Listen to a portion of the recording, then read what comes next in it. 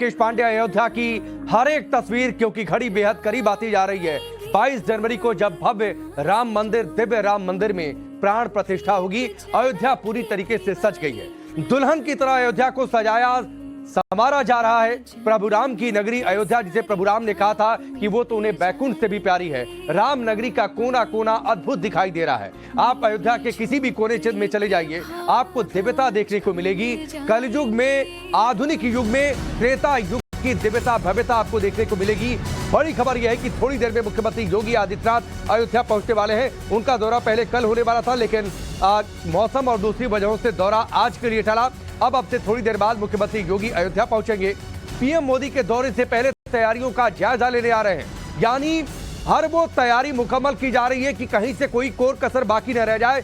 समीक्षा बैठक होगी, मुख्यमंत्री की अधिकारियों के साथ बातचीत करेंगे। कल अयोध्या के लिए दिन काफी अहम है, क्योंकि कल मुख्यमंत्री योगी आदित्यनाथ स्वागत करेंगे प्रधानमंत्री मोदी का। प्रधानमंत्री मोदी रामनगरी पहुंच रहे हैं। रामलला की प्राण प्रतिष्ठा से पहले अयोध्या को बड़ी सौगात मिलने जा रही है।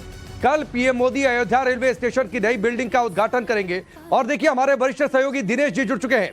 दिनेश जी, आप जहां पर मौजूद हैं, अयोध्या जिसे प्रभु राम ने कहा था कि वो उन्हें बैकुंठ से भी ज्यादा प्यारी है, आज अयोध्या के जिस कोने पर नजर डालिए, दिव्यता जुरा तस्वीरें। और अब से थोड़ी देर बाद मुख्यमंत्री पहुंचेंगे, कल प्रधानमंत्री मोदी का आगमन होगा अयोध्या में।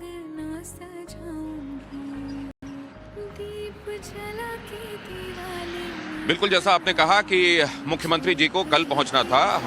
मुख्यमंत्री योगी आदित्यनाथ असल में कल आने वाले थे, लेकिन कल से कोहरे का एक बड़ा आवरण यहाँ अयोध्या के चारों तरफ दिखाई दे रहा है। इनफैक्ट नॉर्थ इंडिया में कोहरा बढ़ा है पहले से प्लेन्स में, और इसी वजह से अभी भी आप देख रहे हैं कि कोहरे की मोटी चादर चारों तरफ है।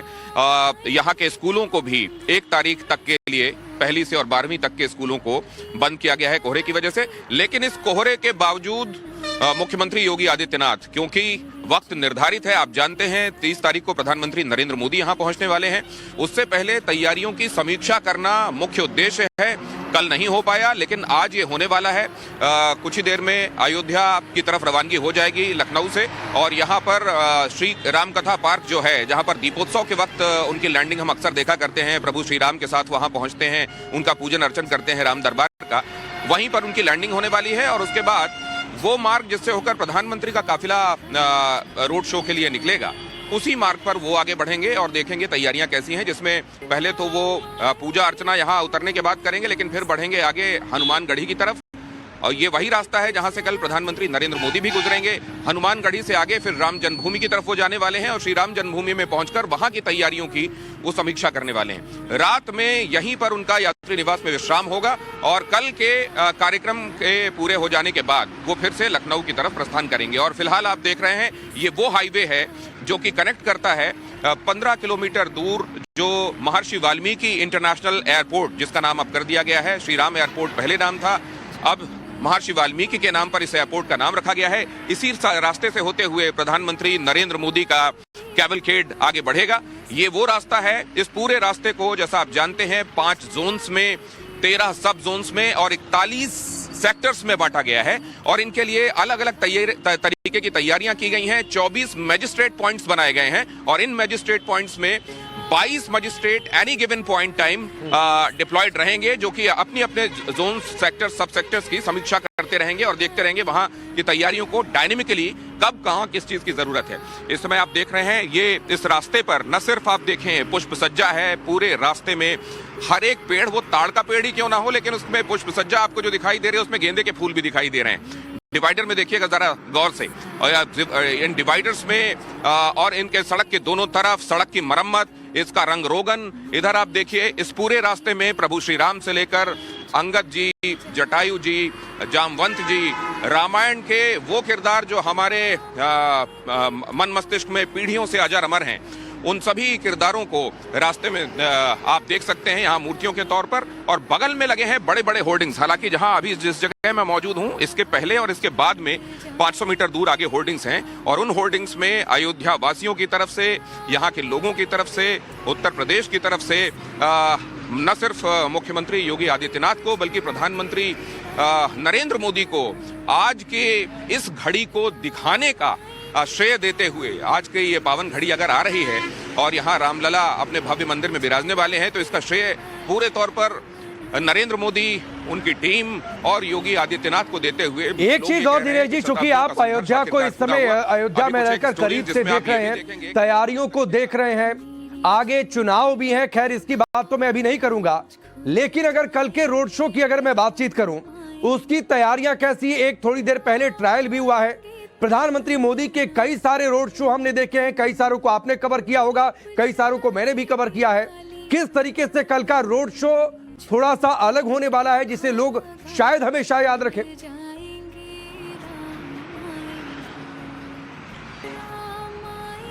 ये बिल्कुल वैसे ही अलग होगा राकेश, जैसा भगवान श्री राम अपने पूरे जीवन काल में कई यात्राएं उन्होंने कई जगहों पर की, लेकिन जब वो दिवाली के वक्त लौटे थे लंका पर विजय पाने के बाद अयोध्या, उस समय जो उल्लास और उमंग थी, उनकी तमाम यात्राओं को उल्लास और उमंग के माध्यम से जिस तरीके से आप अलग करके देख सकते हैं, उनके अयोध्या वापस लौटने को, कमोबेश वही माहौल होगा जब प्रधानमंत्री नरेंद्र मोदी यहाँ पर लोगों के बीच पहुंचेंगे। बहुत सारे लोग तो मुझे ऐसे मिले जो ये कहते हैं कि आप नरेंद्र मोदी जी को भी भगवान का ही अंशावतार समझिए। तो आप समझ सकते हैं यहाँ पर तमाम जगहों से, तमाम आसपास के जिलों से, जनपदों से, देश के अलग अलग हिस्सों से यहाँ रोड शो में प्रधानमंत्री नरेंद्र मोदी की इस मौके पर, जिसको वो सबसे बड़ा नायक मानते हैं, उस नायक की झलक पाने के लिए लोग यहाँ उमड़ पड़ेंगे। तो आप सोचिए कि यहाँ की क्या स्थिति होगी। रोड शो, प्रधानमंत्री नरेंद्र मोदी का रोड शो, वो देश के किसी कोने में रोड शो कर रहे हो, वो देखने वाला होता है। मतलब जाहिर है उसमें वो तमाम बातें होती हैं जो किसी दूसरे नेता की कहीं हो रही रैली को और रोड शो को बहुत छोटा कर देती हैं। और यहाँ पर आप जब अयोध्या में देखेंगे, वो भी शताब्दियों के संघर्ष के बाद जो सपना पूरा होने वाला है लोगों का, उसके लिए वो सबसे बड़ा नायक जिसे मानते हैं प्रधानमंत्री नरेंद्र मोदी, वो नरेंद्र मोदी यहाँ पर जब अपने काफिले के साथ निकलेंगे, तो आप अंदाजा लगा सकते हैं कि ये कितना अलग होगा, कितना भव्य होगा उनके तमाम दूसरे रोड शो से। इसमें कोई दो राय नहीं है कि आगे जब वो प्राण प्रतिष्ठा के लिए यहाँ पहुंचेंगे, वो घड़ी भी अपने आप में अद्वितीय होगी, लेकिन ये रोड शो भी न भूतो न भविष्यति, अंदाजा तो यही कहता है। निश्चित अंदाजा तो यही कहता है। और एक चीज और दिनेश जी, चूंकि आप अयोध्या में पिछले कुछ दिनों से आपकी वहां पर लोगों से बातचीत होगी, कुछ अयोध्या की हमने तस्वीरें देखी कि किस तरीके से जितने प्रतिष्ठान हैं, दुकानें हैं, सबको एक रंग में रंग दिया गया है। कुछ दुकानों पर चौपाइयां लिखी हुई हैं, शटर्स पर जो है प्रतीक चिन्ह बनाए गए हैं, ताकि जब वो दुकानें बंद रहें तो किस तरीके से अयोध्या दिव्य है, इस बात का एहसास हो। कुछ आपकी रिपोर्ट्स भी हमने देखी हैं। लोगों के लिए लोगों की प्रतिक्रियाएं क्या, जब आप स्थानीय लोगों से बातचीत कर रहे हैं, वो इस मौके को किस तरीके से ले रहे हैं, जरा वो भी बताएं।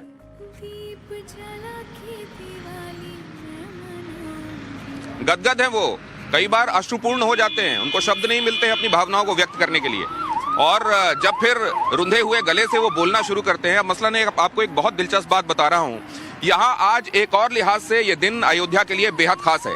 आज वो 3 मूर्तियां, जो रामलला की 3 मूर्तियां इस खास मौके के लिए गढ़ी गई हैं, उनमें से एक का चुनाव होना है कि मंदिर में, गर्भगृह में कौन सी मूर्ति विराजित होने वाली है। तो वो जो 3 मूर्तियां हैं, उनमें से एक के जो शिल्पकार हैं सत्यनारायण पांडे जी, जो कि असल में रहते हैं जयपुर में, और उन्होंने देश विदेश में तमाम भगवान की आप जहां जहां दर्शन करते हैं, उनमें से अधिकांश मूर्तियां उनकी बनाई हुई आपको मिल जाएंगी। खासतौर से अगर आप इस्कॉन टेम्पल में दर्शन करने के लिए जाते हैं या दिल्ली के बिरला मंदिर में दर्शन करने के लिए जाते हैं, तो उनके हाथ से बनी हुई मूर्तियों के ही आप दर्शन करते हैं। अब आप समझिए कि उन मूर्तियों में आप साक्षात ईश्वर के दर्शन कर रहे होते हैं। तो वो अगर यहाँ पर 6 महीने से, पिछले 6 महीने पहले जब वो यहाँ पर आए, उन्होंने अपने किसी परिचित को ये बात बताई, उन्होंने मुझे कल फोन पर ये बात कही, उन्होंने ये भी कहा कि अभी मीडिया से हम बात नहीं करेंगे, 1 तारीख के बाद आपको एक्सक्लूसिवली इस बारे में हम जानकारी देंगे।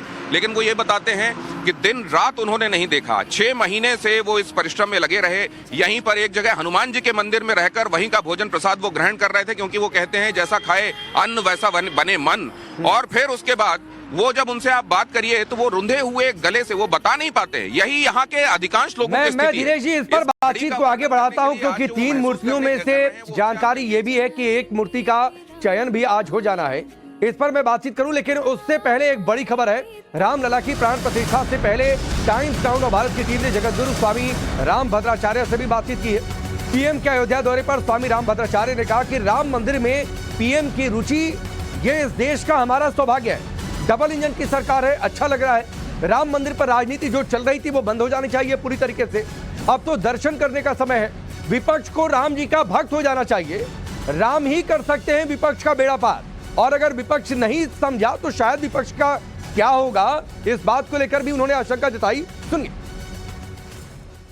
अभी कभी आसान नहीं रही। जी भी हैं, पहुंच रहे हैं दौरा करने के लिए। कल खुद प्रधानमंत्री नरेंद्र मोदी वहां पर पहुंच रहे हैं।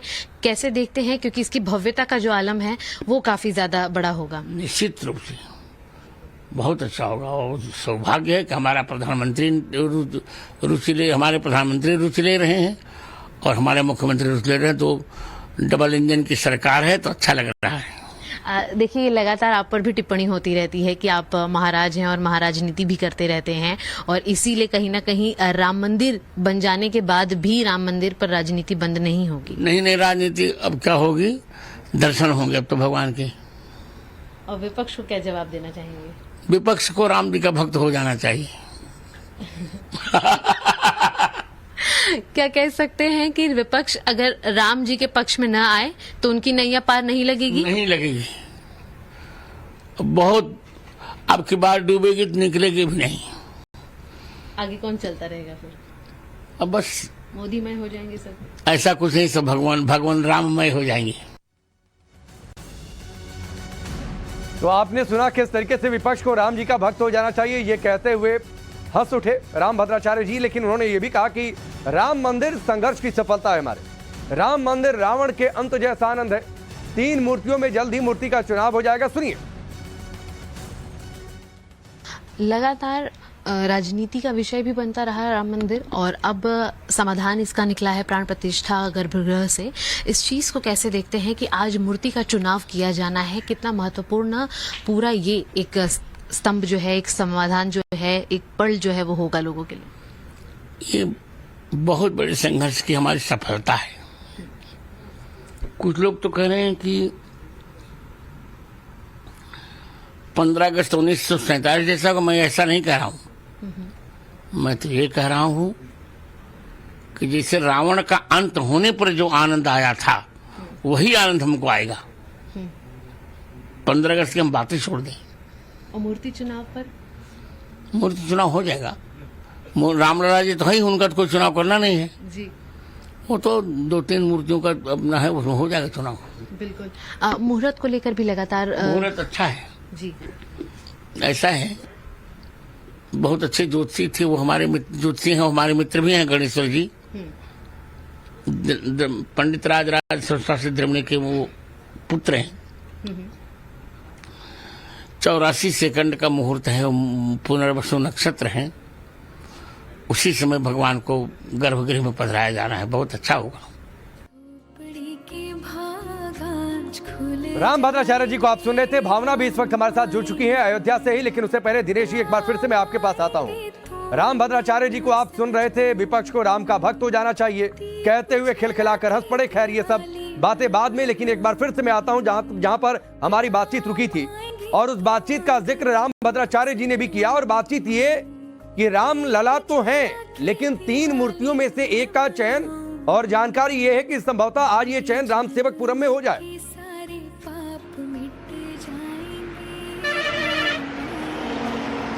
जी, और ये चयन देखिए, जहां भारत में लोकतांत्रिक प्रक्रिया से जनता का प्रतिनिधित्व करने वाला चुना जाता है, उसी तरीके से यहाँ भगवान राम भी चुनाव की इस प्रक्रिया से गुजर रहे हैं, और उनकी 3 मूर्तियों में से एक को चुना जाना है। लेकिन इसमें से किसी भी मूर्तिकार के उत्साह में इससे कोई कमी नहीं आई है कि उसकी मूर्ति चुनी जाएगी या नहीं।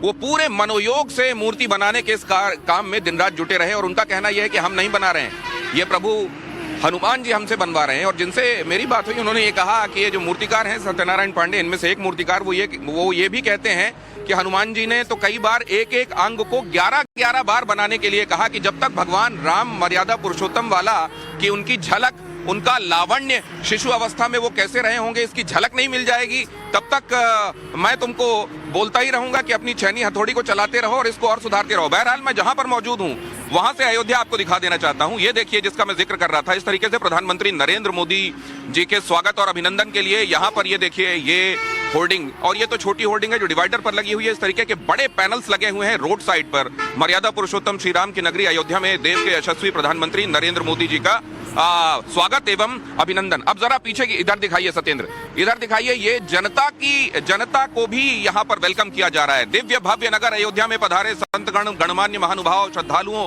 पर्यटकों एवं नागरिकों का हार्दिक स्वागत एवं अभिनंदन। और ये किया जा रहा है योगी आदित्यनाथ, मुख्यमंत्री उत्तर प्रदेश की तरफ से। तो जनता जनार्दन का अभिनंदन, प्रधानमंत्री नरेंद्र मोदी का अभिनंदन, और उसके साथ तैयारियां। ये देखिए, ये बगल में ये रोड को और चौड़ा किए जाने का काम यहाँ पर आप दिखाइए जरा, ये अभी लगातार चल रहा है। इस हाईवे को और चौड़ा किया जाना ये लगातार चल रहा है। ये देखिए, इस तरीके से टेम्परेरी पार्किंग्स और कई परमानेंट पार्किंग्स बनाई जा रही हैं। टेम्परेरी पार्किंग्स कल के प्रोग्राम को देखते हुए, 22 तारीख के प्रोग्राम को देखते हुए कई जगहों पर रूट डाइवर्जन के बारे में लोगों को भी लगातार अवेयर किया जा रहा है। और ये देखिए, आज कड़ाके की ठंड है, लेकिन कुछ लोग यहाँ खड़े हुए हैं। और आपने ये जानना चाहा था कि लोग यहाँ क्या कह रहे हैं, महसूस कर रहे हैं, क्या ये पर्यटक हैं या यहाँ के लोकल हैं। और जरा बहुत जल्दी से इनसे बात करता हूँ। कहाँ से आए हुए हैं साहब आप? तो अयोध्या के हैं। अयोध्या के हैं? हाँ। अयोध्या तैयार है प्रधानमंत्री जी का वेलकम करने के लिए? बिल्कुल। स्टूडियो में और हमारे दर्शक ये जानना चाहते हैं कि ये भावना, आप अयोध्या में रहते हैं, राम की भावना में ही डूबते उतराते हैं, लेकिन ये दिन प्रधानमंत्री का कल आगमन और 22 तारीख आपके लिए जीवन में क्या मायने रखता है? ये बहुत खुशी है हमको, राम मंदिर बन रही है, बहुत खुशी है। 500 वर्ष लगभग बीत गया, राम मंदिर बनी, बहुत खुशी। भारत के प्रधानमंत्री कल आ रहे, उससे बड़ी क्या खुशी है कि हमारे एयरपोर्ट बन रहा है, यहाँ पे स्टेशन का उद्घाटन होगा। बहुत सारी चीज यहाँ बदल रही है अयोध्या में। जीवन पूरा बदल गया, पूरा बदल गया जीवन, मुनत्तर हो गए, राम राम मैं राम हो गया है पूरा, सब कुछ राममय हो गया। आप कहाँ से हैं? अयोध्या से। तो आप भी जरा बताइए, इस समय की भावनाओं को आपसे हम सुनना चाहते हैं, जो यहाँ पीढ़ियों से रह रहे हैं और जो आज ये दिन देख रहे हैं, इतने संघर्ष के बाद सफलता का ये दिन। ये हमारे लिए बहुत हर्ष की बात है कि राम मंदिर, भगवान राम। ठीक है दिनेश जी, मैं आपके पास लौट कर आता हूं। कुछ बातों की आपने चर्चा की, जिस तरीके की तैयारी अयोध्या कैसे आधुनिक हिंदुस्तान के समय में आध्यात्मिक राजधानी के तौर पर विकसित हो जाए, इसकी पूरी तैयारियां आपने हनुमान जी की भी चर्चा की। जहां भी राम कथा का आयोजन, प्रभु राम का कोई आयोजन, वहां पर यह माना जाता है हनुमान जी मौजूद होते हैं। तो निश्चित तौर पर अयोध्या में तो हनुमान जी की मौजूदगी वैसे भी हमेशा से ही, जिन मूर्तियों के बनाने की चर्चा, कारीगरों की चर्चा जो आप कर रहे थे कि हनुमान जी खुद बनवा रहे हैं, उनके संदर्भ में ये बातें। लेकिन भावना, आप रेलवे स्टेशन पर मौजूद है, जरा दिखाइए आधुनिक युग में प्रभु राम की नगरी अयोध्या किस तरीके से तैयार है। जरा रेलवे स्टेशन की तस्वीरें आध्यात्मिक राजधानी के तौर पर विकसित किया जा रहा है, जिसमें आधुनिकता और भव्यता, दिव्यता सबका समावेश हो। जरा तस्वीरें दिखाइए। बिल्कुल राकेश, जिस तरह से आज अगर बात करें अयोध्या में कड़ाके की ठंड है, लेकिन गर्मजोशी से प्रधानमंत्री नरेंद्र मोदी का स्वागत करने के लिए अयोध्या वासी तैयार है। रेलवे स्टेशन जो अब अयोध्या धाम जंक्शन में तब्दील हो चुका है, आपको सबसे पहले दिखाते हैं कि नया बोर्ड रेलवे स्टेशन पर लग चुका है, आपको तस्वीरों में नजर आ रहा होगा, जिस पर लिखा हुआ अयोध्या धाम जंक्शन। और अब जब प्रधानमंत्री कल पहुंचेंगे तो किस तरह से स्वागत किया जाना है, उसकी तैयारियां जो है वो जोरों शोरों से चल रही है। हर जगह प्रभु राम के कटअवेज लगाए गए हैं रेलवे स्टेशन पर। इसके साथ ही फूलों से इस पूरे, जिस तरह से ये पूरा नया रेलवे स्टेशन बना है, और ये पूरा अगर बात करें राम मंदिर के तर्ज पर इस पूरे स्टेशन को तैयार किया गया। हर जगह इसे फूलों से, लाइटों से और भगवान श्री राम के इस कटअवेज लगाकर इसको पूरा तैयार किया जा रहा है। और जिस तरह से आप बात कर रहे थे, 240 करोड़ रुपए लगाकर इस अयोध्या धाम जंक्शन को तैयार किया गया। और अगर बात करें तो 3 मंजिला ये आधुनिक रेलवे स्टेशन है, जिसमें लिफ्ट। और अगर बात करें यूपी का ये दूसरा रेलवे स्टेशन है जो पूरी तरह से एयर कंडीशन है। अब आप देखिए यहाँ का नजारा, और यहाँ पर रहने वाले लोगों का कहना है कि पूरी तरह से अब अयोध्या जो है वो बदल चुकी है। जैसा आपको पता भी होगा कि अयोध्या को लोग अयोध्या जी कहकर कहते हैं, और अब जब अयोध्या धाम जंक्शन के तौर पर ये जाना जाएगा, अपने में ही बहुत अलौकिक होने वाला है। ये देखिए, जो कारीगर है, जो काम करने वाले मजदूर है, वो शिद्दत से यहाँ पर काम करते हुए नजर आ रहे हैं, क्योंकि बहुत अहम दिन है। ये देखिए किस तरह से ये पूरे सजावट का जो काम है वो रेलवे स्टेशन पर चल रहा है। शीतलहर भी है यहाँ पे अयोध्या में, लेकिन काम में जिस तरह की तेजी नजर आ रही है राकेश, इससे आपको नजर आ रहा होगा कि किस तरह से लोग तैयार हैं प्रधानमंत्री का स्वागत करने के लिए। और अब कल एयरपोर्ट होगा, रेलवे स्टेशन होगा, इसके साथ 2 अमृत भारत ट्रेन की सौगात मिलने वाली है, 6 वंदे भारत की सौगात मिलने वाली है। अब अंदर की तस्वीर देखिए, ये है अयोध्या धाम जंक्शन की तस्वीरें। ये देखिए फूलों किस तरह से सजाया जा रहा है। इसके साथ ही आपको रेलवे स्टेशन पर इस वक्त अमृत भारत जो एक्सप्रेस ट्रेन है, जिसकी शुरुआत भावना आप यहीं पर मौजूद रहिए, और मैं चाहूंगा कि दोबारा मैं आपके पास आऊं तो जरा अंदर की तस्वीरें आप जरूर दिखाएं, क्योंकि भव्य दिव्य द्वार है। अंदर आप देखिए किस तरीके से ये बड़ा स्टेशन बना हुआ है। दिनेश जी, आपके पास कोई जानकारी, आप इशारा कर रहे थे? जी, मैं इशारा ये कर रहा हूं कि महर्षि वाल्मीकि एयरपोर्ट नाम रखा गया है इसका। आप क्योंकि एयरपोर्ट के संदर्भ में बात कर रहे थे, महर्षि वाल्मीकि को आदर्श मानने वाले और समाज में सफाई का संदेश देने वाले हमारे साथ वो लोग जुड़ रहे हैं जो यहाँ पर भी देखिए इनके हाथों में वो हथियार हैं जिनके बगैर समाज में स्वच्छता नहीं हो सकती। और ये जो है, जब हम स्वच्छ भारत की बात करते हैं, जब हम स्वच्छता की बात करते हैं, जब हम महर्षि वाल्मीकि की बात करते हैं, तो ये समाज बड़ा खास हो जाता है और इनसे इस वक्त बात करना बड़ा अहम है। अगर इस समय सरकार महत्व दे रही है, नाम महर्षि वाल्मीकि पर रखा जा रहा है, महर्षि वाल्मीकि जिनकी रामायण जाहिर है युगों युगों से लोगों को रास्ता दिखा रही है, ये एयरपोर्ट का नाम महर्षि वाल्मीकि एयरपोर्ट रखा गया, पता है आपको? जी पता है एयरपोर्ट। तो जरा आपकी भावनाएं बताइए इसको लेकर क्या है? बहुत अच्छा लग रहा है, हमारे अयोध्या जिला को बहुत आगे बढ़ा रहे हैं हम लोग। उसमें जो हो पा रहा है पूरा सहयोग कर रहे हैं, अपने शारीरिक सहयोग द्वारा अपने अयोध्या जिला को साफ सुथरा बना रहे हैं। ये जो आपके हाथ में हथियार है, ये तो बहुत महत्वपूर्ण हथियार है, इसके बगैर स्वच्छता की परिकल्पना हो नहीं सकती। तो आप कितना महत्वपूर्ण काम कर रहे हैं आपके योगदान के संदर्भ में, इसको लेकर भी आपको गर्व महसूस होता है? सर, ये हमारा सौभाग्य है कि हम लोग अयोध्या जिले में हमारी तैनाती हुई, पोस्टिंग हुई, हमारी कर्म भूमि जन्मस्थली है और ऐसे अवसर अगर हम लोगों को बार बार मिलेगा तो हम लोग बार बार इसके लिए तन धन से पूर्ण रूप से सहयोग करेंगे और अपने अयोध्या जिले को स्वच्छ और समृद्ध बनाएंगे। तो जब आप ये काम करते हैं तो काम वाली अनुभूति होती है, जैसे कोई काम चल रहा है, रूटीन का काम चल रहा है, या दिमाग में ये होता है कि राम जी का काम कर रहे हैं? जी जी, राम जी काम कर रहे हैं पूरा। खुशी आनंद होती है, आनंद की बहुत होती है। मान लो तो प्रधानमंत्री जी कल यहाँ पहुँचने वाले हैं, जरा ये बताइए कि जब ये काम कर रहे हैं तो आप लोगों के दिमाग में ये भी उमड़ घुमड़ रहा है कि प्रधानमंत्री जी को करीब से कल देखने का मौका मिलेगा? कम से कम तो हमारे धरती पर आ रहे हैं, उनका आगमन होने पर हमारा देखने का मिलने का सौभाग्य प्राप्त होगा। तो अयोध्या को के बदलाव के संदर्भ में भी आप लोगों की बड़ी भूमिका है। अयोध्या जगमग हो रही है, चमचमा रही है। जहां पर जाइए पहले लोगों के दिमाग में होता था कि इस जगह जाइए है तो अयोध्या जी, लेकिन देखिए यहाँ पर सफाई नहीं है। कई जगहों पर ये बात होती थी। अब अयोध्या जी का स्वरूप, जरा इसके बारे में आपसे जानना चाहता हूँ। स्वरूप बहुत अच्छा लग रहा है, ये सौभाग्य है अयोध्या जिले का और हम लोग अपने पूरे तन मन से स्वच्छता कार्य में लगे हुए हैं। अयोध्या को हम लोग स्वर्ग बना के रखेंगे। मोदी जी ने जिस तरीके से हम लोगों का पैर पकड़ा, उस तरीके से हम लोग गर्व महसूस करते हैं। हम लोग मोदी जी के लिए अपने जी जान लगा देंगे। अब ये इनके जो मुखिया हैं वो भी यहाँ पर आ गए हैं। जी बताइए। तारुण के हम लोगों का सौभाग्य है अयोध्या नगरी में, हम लोग इसी जिले से हैं, हम लोग धन्य हैं जो राम की नगरी में हम लोग काम करने का अवसर प्राप्त हुआ। तो ये झाड़ू जो है आपका, ये बहुत बड़ा सिंबल है हमारे देश के लिए, स्वच्छता के लिए। इसको ऊपर करके और जय श्री राम जरा दर्शकों के लिए कर दीजिए। ये बहुत बड़ा संदेश, बगैर आसपास की स्वच्छता। और इसीलिए महात्मा गांधी भी ये कहते थे कि असल में स्वच्छता ही ईश्वर की बड़ी आराधना है और ईश्वर की आराधना करने वाले ये जो समाज है, ये भी किसी संत समाज से कम नहीं है। और यही बात, इसी बात को इंगित करने के लिए असल में एयरपोर्ट का नाम महर्षि वाल्मीकि एयरपोर्ट रखा गया है। अब आप आगे बात कर सकते हैं भावना से, बीच में आपको इंटरवीन करने के लिए माफी। नहीं, माफी नहीं। हर एक तस्वीरें दिनेश जी और चाहते हैं कि दर्शकों तक पहुंचे और निश्चित तौर पर जो आपने बातचीत की है, उन लोगों के विचार जो देश के बाकी लोगों को सुनवाए, वो काफी महत्वपूर्ण है। भावना मैं आपके पास आता हूँ जरा, लेकिन उससे पहले एक बड़ी खबर है। आज शाम अयोध्या पहुंचेगी नेपाल से आई हुई जल यात्रा। गोरखनाथ मंदिर से अयोध्या के लिए रवाना हो गई है। अयोध्या में ट्रस्ट के लोगों को सौंपा जाएगा जल। नेपाल की नदियों से रामलला का अभिषेक होना है। तो ये इस वक्त की बड़ी खबर। और देखिए आज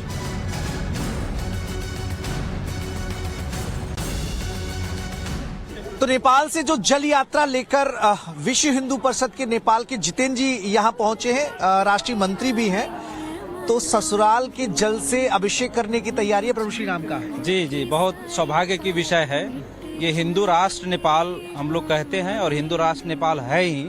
हिंदू राष्ट्र नेपाल के प्रमुख पवित्र नदियों का और कैलाश मानसरोवर का भी जल एक स्थान में संग्रह करके जनकपुर जानकी मंदिर, माता जानकी की पवित्र भूमि जनकपुर में पूजन करके, और आज तीसरा दिन है, कार्यकर्ताओं ने यहाँ तक ये गोरक्षनाथ मंदिर में लाया और आज जाकर के वहाँ राम मंदिर जो ट्रस्ट है वहाँ पे हस्तांतरण करने की योजना है। अच्छा, आप इसे सौंप देंगे तो ये कौन कौन सी नदियां हैं जिनका जल आपने जुटाया, उनका महत्व क्या है? नेपाल का प्रमुख नदी काली गंडकी, नारायणी, बागमती, दूधमती, ऐसे ही पवित्र 14 नदियां हैं। वहाँ की ये पवित्र जल लेकर के नितिन जी अगर साथ साथ आते हुए कलश तक आ जाए, कितनी नदियों का जल लाया गया? 15 प्रमुख पवित्र नदियों का जल है ये। अच्छा, तो क्या उनका माँ जानकी से भी कोई जुड़ा रहा है उन नदियों का? हाँ, ये दूधमती नदी है, जो दूधमती का मैंने आपको चर्चा किया है। तो माता जानकी को वहीं से दूधमती नदी से ही वहाँ पे उनको पानी पिलाया जाता था। दूधमती नदी का? दूधमती नदी।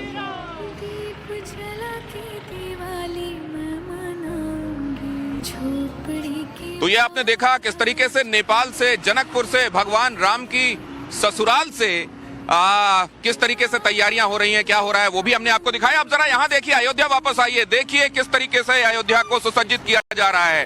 तब जब भगवान आए होंगे, पुष्प वर्षा हुई होगी, और आज पूरे फूलों से लाद दिया गया है अयोध्या को। ये देखिए जरा किस तरीके से बंधनवार लगाए जा रहे हैं, किस तरीके से डिवाइडर नहीं दिख रहा है, ऐसा लग रहा है फूलों का कोई तोरण है।